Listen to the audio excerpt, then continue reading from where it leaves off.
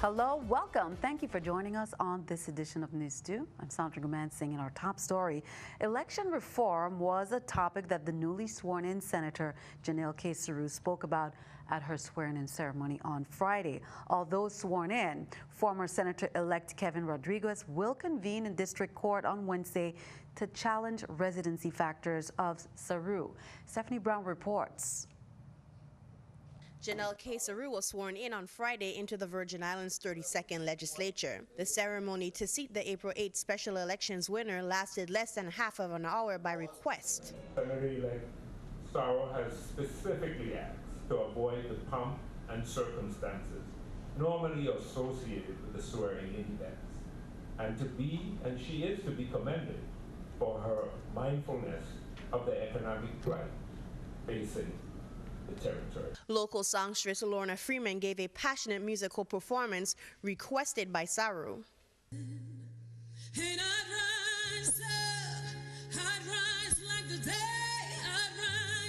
Slated to occur that same day as well was the evidentiary hearing in district court, which was filed as a lawsuit claiming that Rodriguez was not given due process in his qualifications legislative hearing. The hearing was pushed back to July 19th, and Rodriguez is requesting an investigation to determine the authenticity of Saru's driver's license. This whole conflict has torn the community apart. It has torn friends apart.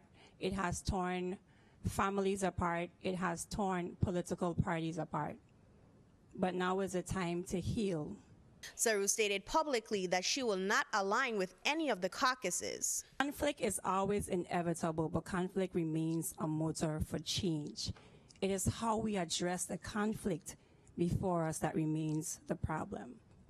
I look forward to working with everyone in this chamber, all my colleagues, in bridging the gap, in providing a government that's accountable, transparent, and a government that works on behalf of the people. News2, I'm Stephanie Shalana Brown. Now, Kevin Rodriguez sent out a memo on June 12, 2017 to the Virgin Islands Board of Elections informing Saru was the owner of a valid Florida driver's license during the 2016 general elections, and her eligibility for membership in the legislature is questionable. Be sure to count on 2 to keep you updated. Here's another update. Japanese auto parts supplier Takata is asking a Delaware bankruptcy judge for an injunction prohibiting the governments of Hawaii, New Mexico, and the U.S. Virgin Islands from prosecuting lawsuits involving the company's lethally defective airbag inflators. In a complaint filed recently, Takata also is seeking to extend the automatic halt of litigation against a company in bankruptcy to hundreds of individual lawsuits against automobile manufacturers who installed the faulty airbags. The judge will hold a telephonic status conference on Takata's request on Tuesday. Takata says allowing the lawsuits to proceed would seriously jeopardize its restructuring efforts, including the planned sale of most of its assets to a Chinese-owned rival for $1.6 billion. Attorney General Claude Walker said he is preparing a response. The VI Justice Department filed its complaint and motion for preliminary injunction against Takata in May 2016. Walker said Takata violated the territory's Criminally Influenced and Corrupt Organizations Act. Military service members in the U.S. Virgin Islands should receive the same housing allowance as the members of the 50 states and District of Columbia. The U.S. Virgin Islands is part of the United States and should not be treated as a foreign military location. Congresswoman Stacey Plaskett, a member of the House Committee on Agriculture and the House Committee on Oversight and Government Reform, released that following after the passage of her amendment to H.R. 2810, fiscal year 2018, the National Defense Authorization Act.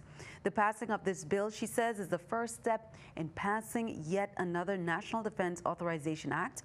This particular bill is seen as the gold standard for congressional bipartisanship and transparency. She said, my amendment will move the U.S. Virgin Islands service members from the Overseas Housing Allowance Program to the Basic Allowance for Housing Program. The BAH program provides an allowance to service members in the 50 states and the District of Columbia. These members receive the full maximum rental allowance for each locality and grade rank, even if the rent is below that maximum. This bill, she says, also raises military pay by 2.4%, which is above the president's request for an increase of 2.1%, and authorizes an extension of a wide array of bonuses and special and incentive pays for our men and women in uniform. Turning to crime reports, police are still looking for 20-year-old Samuel Roberts, who is a person of interest in a homicide. Samuel Roberts goes by the alias Ghost. Roberts is a black male, height about 5'6" to 5'9", weighs 150 pounds, black hair, brown eyes, with a low haircut. Police say places frequented included Lorraine Village, Mutual Homes, Estate Tortola, all located in Grove Place. Police say Roberts is armed and dangerous. If you come in contact with Samuel Ghost Roberts, please call the Criminal Investigation Bureau at 340-778-2211, Crime Stoppers at 1-800-222-TIPS or 911. Police also remind the public that anyone harboring a fugitive will be arrested and brought up charges. Police say on Friday, July 14th at approximately 1:14 p.m., officers were dispatched to the Roy Lesher Schneider Regional Medical Center emergency room after a female reported that she was assaulted on Thursday, July 13th at approximately 11:30 p.m. while in the area of Estate Honduras. Contact was made with the victim, who explained that she was assaulted while walking into the Estate Honduras area. The victim explained that she was struck several times about the body, which caused her to fall to the ground and lose consciousness. The victim went on to explain that she sustained several injuries during this incident. The victim was transported via ambulance to the Roy Lesher Schneider Regional Medical Center, where she was treated for her injuries.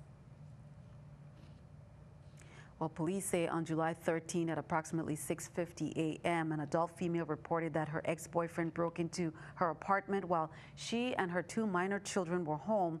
She said he gained entry to her apartment by damaging the louvers on one of her windows, inserting his hand through the damaged window and attempting to slide the glass door. Here's more from VIPD. Gained access to her apartment by damaging the louvers on one of her windows, inserting his hand through the damaged window and attempting to unlock the sliding glass door. She also reported that in her apartment on July 12th, while she was out and when she returned to her residence on July 12th at approximately 8:09 p.m., she observed Mr. Kareem Jordan inside her residence. Mr. Kareem Jordan had no permission to enter her residence. The victim has a permanent restraining order against Mr. Jordan. 37-year-old Kareem Jordan was placed under arrest for burglary DV. He was remanded to the Golden Grove Detention Center pending his advice of rights hearing.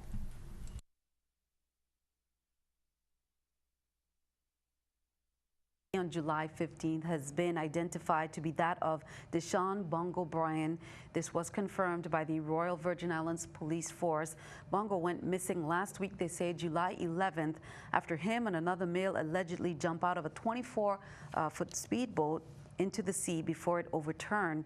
The other male was rescued, but Bongo could not be found. After 3 days of a search mission carried out by the Virgin Islands Search and Rescue Team and the Marine Unit, Bongo's body was found drifting further down the channel from where he had originally jumped. Police are currently investigating the details of the mishap. Both the rescue team and the Marine Unit of the Royal Virgin Islands Police Force attended to that call from Speedy's ferry service, who spotted the body while traveling between the islands. Police have revealed that the 2 men on board at the time allegedly jumped from the vessel into the sea. Just before the speedboat overturned, the incident occurred in the Sir Francis Drake Channel. The boat was reportedly heading to Willie T. Work is underway at the North Star Village Road. It began on Friday and continued today. Crews could be seen patching up some potholes on the top portion of the hill. Now on Friday, the work began at the bottom of the road and continued to the top from St. Peter Mountain Road to Mountaintop.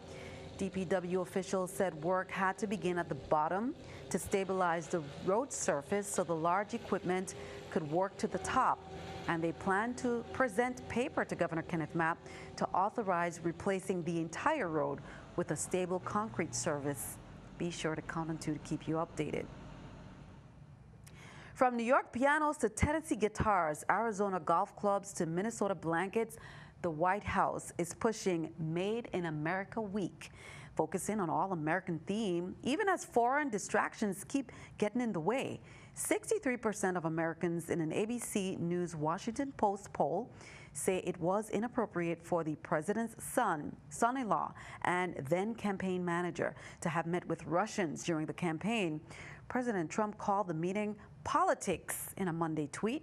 The Republican chair of the Senate Judiciary Committee says he wants to hear more from those in the room. Also in the Senate this week, expected health care vote, that's on hold. Arizona Senator John McCain is recovering from surgery to remove a blood clot from above his eye. Without McCain, a yes for moving the Republican bill forward, waiting is the only way to get a possible majority. Keeping our eye on the economy, well, it looks like passengers may have to pay a little more to fly. Delta Airlines says its passengers are paying higher fares on average for the first time in more than 2 years. In addition, both Delta and American Airlines say they expect their fares to climb higher. U.S. airlines have struggled to raise fares in recent years due to low fuel costs, additional flights, and greater competition. But Delta says fuel and labor costs are rising again, and that, along with the strong demand for air travel, justifies raising fares.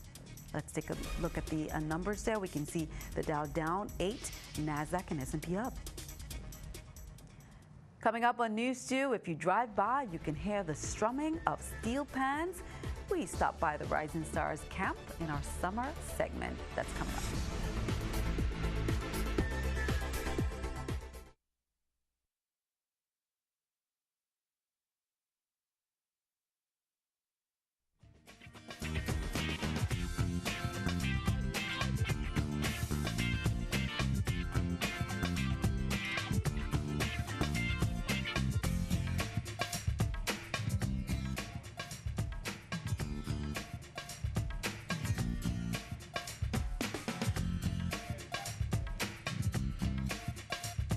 Welcome back. Now it's time for our summer camp segment. If you drive by, you can hear the strumming of steel pans, the music from the Rising Stars Steel Orchestra Steel Pan Summer Program. Now the students learn the names of all the different pans, such as the tenor, the bass, guitar, and more. They also learn the notes on the pan. Well, here's more from the arranger and instructor on what the students are learning. We have a summer camp here going on this summer. We have 105 students. We're teaching them the basics of music and the basics of how to play pan. We have basic songs that we're teaching them: the Virgin Islands March, the National Anthem, the Lord's Prayer, and we'll be doing the Road March for Carnival this year also as a last tune. We have other things that we do with them, beach outings and stuff like that, you know, to make the summer a little more fun for them. And I think by the end of the summer, they come out with a good experience and a good foundation for playing pan. Go Rising Stars, great job there. Well, efforts to renovate basketball courts in the territory are underway through a nonprofit organization of a professional basketball player, his family, and devoted volunteers in the territory. A safe place for students to grow and play is now fully functional and ready to be used. Here's more. All hands were on deck as organizations and businesses worked to make ready a new basketball court at the Boys and Girls Club in Frederickstead. In its first construction stages, the court ran into some challenges. The Boys and Girls Club location in the west, we had a bit of an issue with how many mahogany trees that they had, that the roots were causing some unstable foundation of the court that we would lay down. On phase 2 of the project, volunteers assisted in laying a multi-layer basketball surface this past Sunday. So the tiles, the type of material that it is, but the rubber or the plastic, again, don't quote me on that, but I do know that it's a lot more easier on the kids' knees and it's a better playing surface overall for long-term use. The project is an initiative of Rakeem Christmas, a professional basketball player and Virgin Islander. Through his foundation, the ball player is creating safe spaces for kids to grow and play. About 2 summers ago, Rakeem Christmas first was coming to St. Croix, and we got a call that he was coming here and he wants to visit the Boys and Girls Club, and he did so. And he made a promise to work with us. And we were so happy to see that. We talked about a possible basketball coach in the future, and we're really so happy to see this thing is coming through. Mr. Canton stated that about 5 years ago, operational funding was sparse as well as the number of club attendees. However, things are looking up for the club, and with the new court, more services can be provided to Virgin Islands youth. We have a dream of having a teen center, and this is going to bring the teens here. We would like to see that we could probably run some leagues here. I don't think there's anything like this in Frederickstead. Okay, so it brings a lot to the community also. For News 2, I'm Stephanie Shalana Brown. Now, for the entire week, the Rakeem Christmas Foundation will be having several events, which includes basketball camps, a silent auction and reception, a block party, as well as an all-star basketball game. To find out dates and time, you can log on to www.christmasbasketball.com. Well, the St. Croix Landmark Society, they're holding its annual Come Home to St. Croix. These focus points are on the life of Alberta Roberts, investing in St. Croix and family history. Here's more from Ms. Sonia Dow. One is the exhibit that we opened yesterday. It's about a little girl named Alberta Roberts who was taken from St. Croix to be an exhibit in Denmark. One is when we talk about come home to St. Croix, it's not just about physically coming home just for this week, but those of us who live here can get closer to our culture and our history and our plans for the future, and then how those of us who live away can still be a part of it. There will be a tour at the ACLIS site in Sandy Point. Registration is required, and it's $15 for the general public. Wednesday, there will be a reception to honor local storyteller Janice Tutine. Later that night, there will be a turtle watch at Sandy Point, $12 for adults and $5 for children. Thursday, there will be a discussion on the architecture of St. Croix. Registration is $12 for adults and $5 for children. Friday, the discussion will continue on owning and investing in St. Croix, along with lessons on the Grand Crucian Quadrille. Admission is $10 for adults and $5 for children. Saturday, there will be a genealogy and family history seminar at the Wynn Museum. Finally, on Sunday, there will be a family fun day. Admission, $10 for adults, $5 for children. For further information, you can contact the St. Croix Landmark Society at 340-772-0598.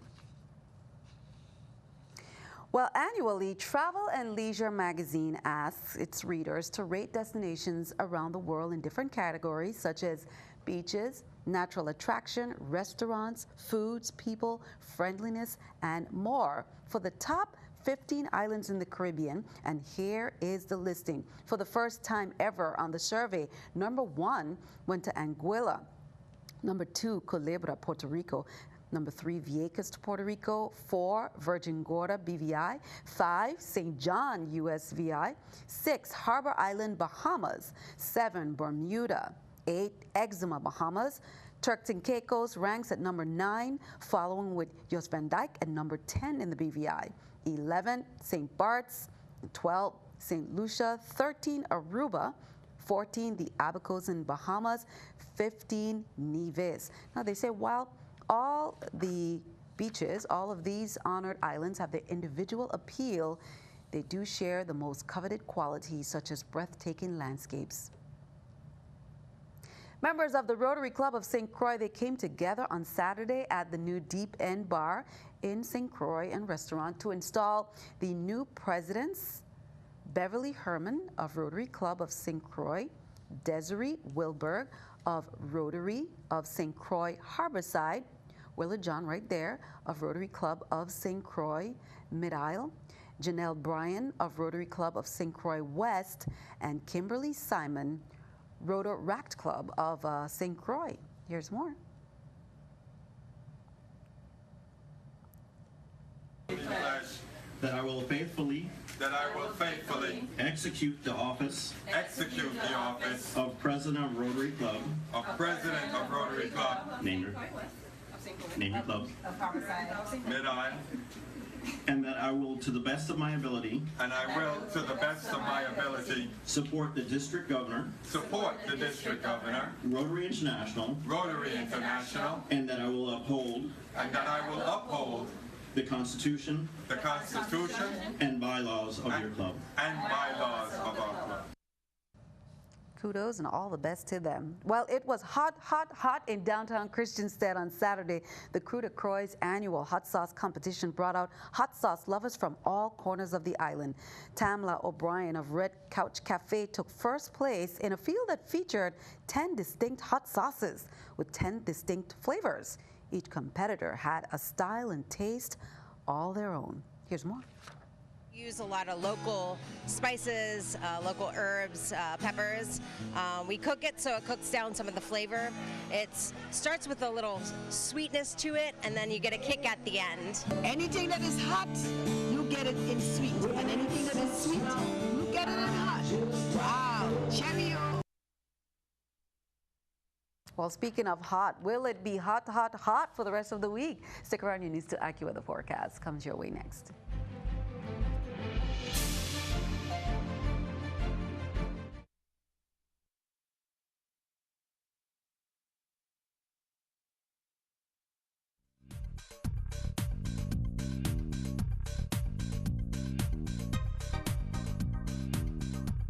It's been a dry stretch out there. We are looking forward to a little bit more action, though, in the forecast as we look ahead. There are two tropical waves on the map. This first one is one that will probably strengthen some. There's even some broad circulation associated with it. That's on a path to take it basically through the Lesser Antilles, and it will remain to our south. But the northern ragged edge of that may lead to some extra clouds and showers in our forecast in a few more days. The satellite loop shows also another disturbance off to our north and west, sending some rain into Bermuda. Satellite estimated rainfall, kind of a snoozer for us, with a minimum in showers around even Puerto Rico. They've had a couple of isolated showers off to the west, but there are some east of the Windward Islands. Tonight, we're on track for a partly cloudy, kind of a quiet night. We'll get down to around 80 degrees. We'll tack on about 9, 10, 11 degrees tomorrow, depending on where you are. Expecting to reach 89 in St. John with a shower or two. Nothing too heavy, though. And St. Thomas will match that forecast at around 89 with a shower or two as well. St. Croix to the south will gain a couple more degrees. 91 is our anticipated Tuesday afternoon high temperature. And now out on the water, we have a little bit more in the way of a chop to the seas. Now on the Atlantic side, we have 3 to 6 footers.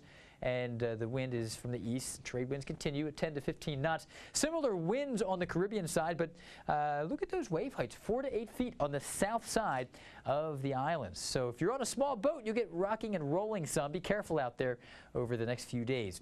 And your forecast here over the next 5 keeps us near 90. That's no real surprise. We may get a little cooler into Friday with a little bit more in the way of cloud cover. That tropical wave will be passing to our south. And then we'll turn our attention to the other tropical wave that's farther out there over the east central Atlantic now. That may curve in our direction at some point into the early part of next week. But still, we have some dry air protecting us to some degree and also some wind shear nearby. Sandy, we're going to send it back to you. Okay, mostly sunny, shower here and there, not too bad. Nikia Christopher of Great Minds Summer Learning Academy sends in this tropical picture. Nikia, thank you for that, including the palm tree there and clouds and sunshine, which we are seeing right now. Send us your News2 weather picture to the address on the screen, and then be sure to tune in and see it right here on News2. We have much more straight ahead. News2 Sports comes your way next.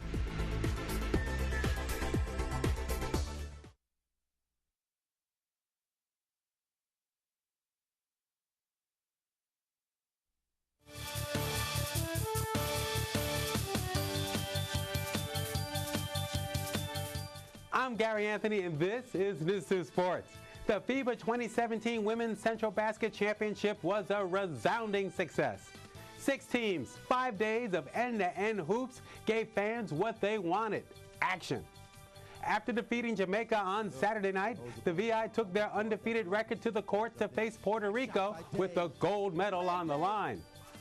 In front of a boisterous home crowd, the VI took an early lead and led by as many as 10 points when Puerto Rico began their comeback. 2:30 left when Pamela Rosado nails the 3 to bring the Puerto Rico team within 3. 2:09 left, and Taylor Jones buries the triple. The VI is up by 6. But it was all Puerto Rico afterwards. Rosado makes 3 free throws. And in a mad scrum, Ashley Perez picks up the loose ball and lays it in with 17.8 ticks left on the clock. Puerto Rico goes on to win 60-58, but they don't win by enough. And for the first time in the Virgin Islands Basketball Federation history, the women of the VI win the gold medal, and it's on to Buenos Aires, Argentina, for the 2017 FIBA's AmeriCup Championship, played August 6th through the 13th. Man, the feeling is great, man. This was what we set out to do when we started training camp back in June 24th. Every day we huddled up. We said one thing, that's oro, which is goal in Spanish. And coming into today, we know we definitely wanted to win, but we know with the point spread system that Puerto Rico had to beat us by 7 or more points for them to win. So, you know, even though we lost, kind of gave it away at the end, we knew that losing by 2 meant we still won the goal. So it's a great feeling. Everybody gets out of here tomorrow, go back home, get some rest, and then we're back at it, training camp again, get ready for Argentina. Well, on behalf of FIBA Americas, for us, we are greatly appreciative for having the opportunity for these young ladies to play. We consider it a very successful event. We had 6 teams here that had a 50-50 chance of qualifying to the FIBA AmeriCup for women to be held in Buenos Aires, Argentina, beginning on August 6th. We are greatly appreciative for the support we got here in the Virgin Islands. FIBA Americas want to express our gratitude and thanks to the folks that have come out and supported the event, and we thank the players for the quality of basketball that they displayed. Congratulations to the ladies on the VI national team. We're going for gold again, this time in Buenos Aires. Sandy, back to you. Big congrats. Great highlights. Thanks for that there, Gary. And that's all for this edition of News 2. We'd like to thank you for joining us for all the latest in news, weather, and sports. We'd like to thank the Rising Stars for sharing some information about their camp. I'm Sandra Guman Singh, and thank you for tuning in.